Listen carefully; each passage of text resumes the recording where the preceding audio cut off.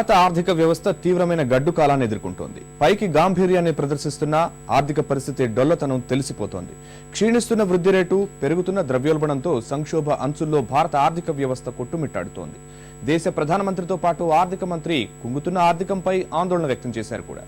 ఒడిదొడుకుల సంకేతాలు కనిపించగానే అప్రమత్తం అవ్వాల్సిన ప్రభుత్వం ఆ పని చేయలేకపోయింది. తాపిగా కళ్ళు తెరిచి నష్ట నివారణ చర్యలకు ఉపక్రమించింది. మౌలిక మంత్రాన్ని పాటించి కొత్త లక్ష్యాలను నిర్దేశించింది. అయితే అందులోనూ ఎన్నో లోపాలు, మరెన్నో ప్రతికూలతలు. ఈ నేపథ్యంలో భారత ఆర్థికం పునరుత్తేజమయ్యే పరిస్థితి ఉందా?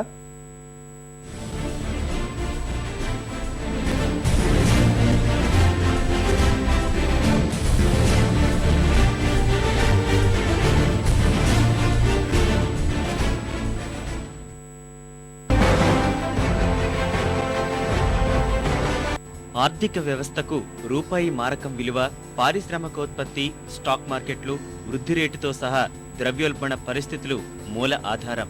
నిత్యం వీటి ఫలితాల ఆధారంగానే మన ఆర్థిక ప్రగతి లెక్కింపు జరుగుతుంది. అయితే ప్రస్తుతం మన దేశంలో ఈ 5 ముఖ్యమైన అంశాల్లో తిరోగమనమే కనిపిస్తోంది. ఫలితంగా ఆర్థిక ప్రగతి ఒక్కసారిగా కుంటుపడింది.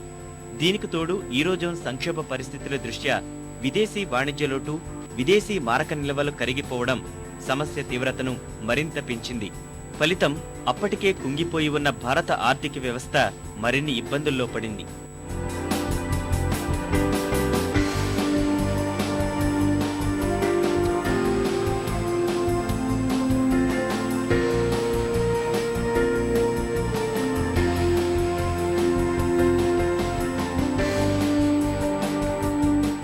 ప్రపంచంలోనే అత్యంత బలమైనటువంటి ఆర్థిక వ్యవస్థగా భారతదేశం ఎదుగుతోందని చెప్పి మన పాలకులు, అధికారులు చెప్పారు. కానీ అది వాస్తవం కాదు అని ఈనాడు తేలిపోతుంది. దీనికి అనేక సూచనలు ఉన్నాయి, ఇండికేటర్స్ ఉన్నాయి. ముఖ్యంగా వృద్ధి రేటు తీసుకోండి. 2011-12లో 6.5% వృద్ధి రేటు ఉంటే అది ఈ 2012-13కి మొదటి 3 నెలల్లోనే 5.3% పడిపోయింది. అది ఇంకా ఈ పరిస్థితి ఇట్లాగే కంటిన్యూ అవుతుందని, అది 4% పడిపోతుందని చెప్పి విశ్లేషిస్తున్నారు.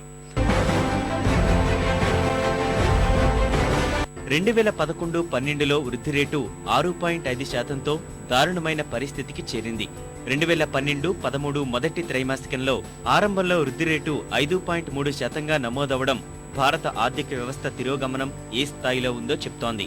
పారిశ్రామిక ఉత్పత్తి రంగాల సూచీలో పెరుగుదల గతేడాది 8.3%. ఈసారి కేవలం 2.3% మాత్రమే నమోదయ్యింది.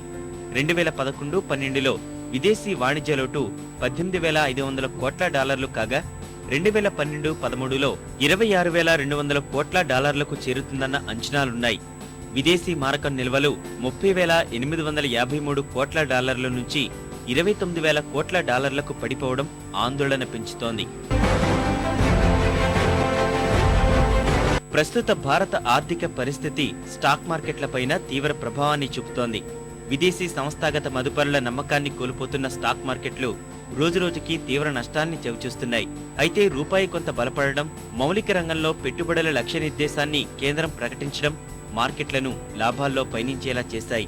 సమీప గతంలో ఎఫ్ఐఐల తీరుతో సెన్సెక్స్ 20,000 పాయింట్ల నుంచి 16,000 దిగువకు పడిపోయింది. తాజా మౌలిక మంత్రంతో కొంత కోలుకున్నట్లే అనిపిస్తోంది. ఆర్థిక వ్యవస్థ సవ్యంగా సాగాలంటే నిధుల ప్రవాహం అత్యవసరం. ప్రత్యక్ష, పరోక్ష పెట్టుబడుల రూపేణా వివిధ మార్గాల్లో నిధులు సమకూర్చుకోవడం ముఖ్యమైనదే. కానీ వాటి కోసం అప్పులపైనే ఎక్కువగా ఆధారపడటం అసలు శ్రేయస్కరం కాదు. ముఖ్యంగా విదేశీ రుణాలపై ఆధారపడితే కొంప కుల్లేరైనట్లే. ఈరోజు సంక్షోభం సహా అభివృద్ధి చెందిన దేశాల ఆర్థిక వ్యవస్థల పతనం నేర్పిన పాఠాలివే. జీడీపీలో 140% చేరిన అప్పులే గ్రీస్ పుట్టి ముంచాయి. కానీ ఇప్పుడు మన దేశము అలాంటి పరిస్థితికే చేరుకుంటోంది. మొత్తం జీడీపీలో భారత అప్పులు 68%గా ఉండటం అన్ని వర్గాలను కలవరపరుస్తోంది. వీటిలో దేశీయంగా లభించేవే ఎక్కువ. కానీ విదేశీ పెట్టుబడులు, రుణాల శాతం క్రమంగా పెరుగుతూ వస్తోంది. ఆ తీరు ప్రమాదకరమని పలు అధ్యయనాలు హెచ్చరిస్తున్నాయి. మొత్తం ఆదాయంలో అప్పులకు కట్టే వడ్డీకే ఎక్కువ పోతోంది. 2011-12 ఆర్థిక సంవత్సరం ఆదాయంలో వడ్డీ కోసమే 35.9% కడుతుంటే ఇంకా రుణాలపైనే ఆధారపడటం ఆర్థిక చక్రాన్ని మరింత అగాధంలోకి తోసేయడమే. విదేశీ వాణిజ్య లోటు కూడా బాగా ఇటీవల పెరిగిపోయింది. మన పరిస్థితి ఈనాడు ఎట్లా ఉందంటే జాతీయ స్థూల ఉత్పత్తిలో 70% పైగా అప్పుల్లో ఉన్నామన్నమాట. అప్పుల్లో ఉన్నాం అంటే మన వడ్డీనే కట్టలేని పరిస్థితి దాపురించే పరిస్థితి ఉంది. నానాటికి కుంగిపోతున్న ఆర్థిక వ్యవస్థకు కొత్త జవసత్వాలు అందించేందుకు కేంద్రం ఎట్టకేలకు ముందుకొచ్చింది.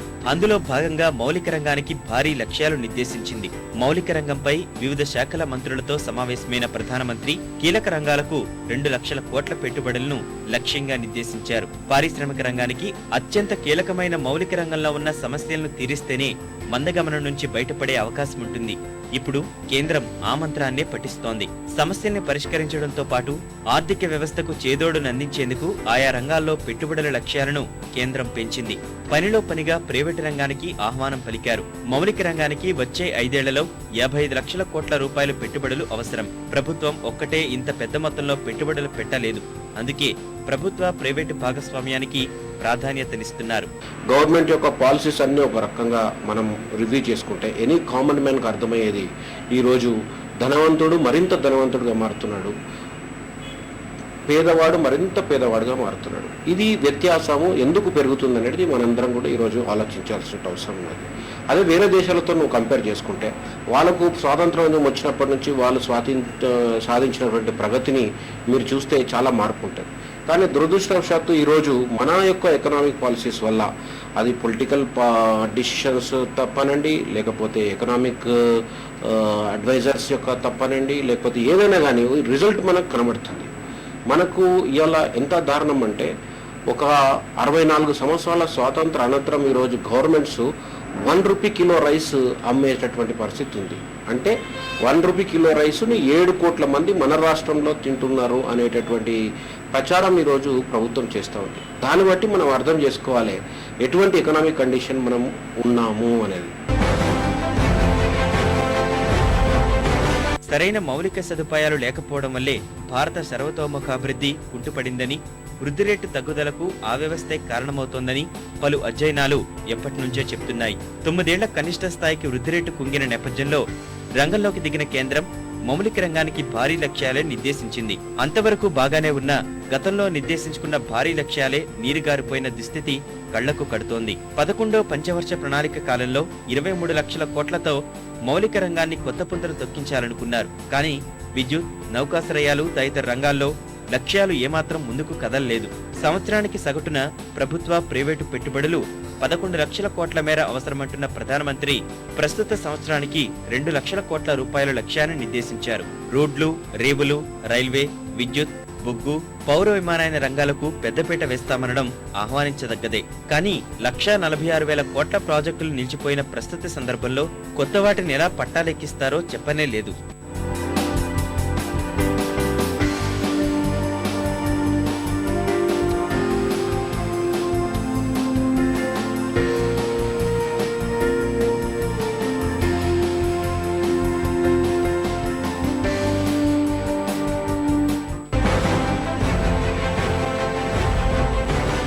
డాలర్తో పోలిస్తే రూపాయి ఒడిదుడుకులు దేశీయంగా పారిశ్రామిక ఉత్పత్తిపై తీవ్ర ప్రభావాన్నే చూపుతోంది. విదేశీ రుణాలు కష్టంగా మారడంతో పాటు దిగుమతుల భారం తీవ్ర ఇబ్బందుల్లోకి నెడుతోంది. విదేశీ నిధుల ప్రవాహంతో పాటు వాణిజ్య, సేవల ఎగుమతులు పెరగాల్సిన అవసరం ఉంది. ఉక్కు, బొగ్గు, సిమెంట్, రహదారులు, ఓడరేవుల రంగంలో పెద్ద ప్రాజెక్టులను వీలైనంత త్వరగా పూర్తి చేసేందుకు ప్రభుత్వం ముందుకొస్తే ఆయా రంగాల్లో విదేశీ నిధులు తిరిగి దేశానికి వచ్చిపడే అవకాశాలున్నాయన్నది ఆర్థిక నిపుణుల అభిప్రాయం.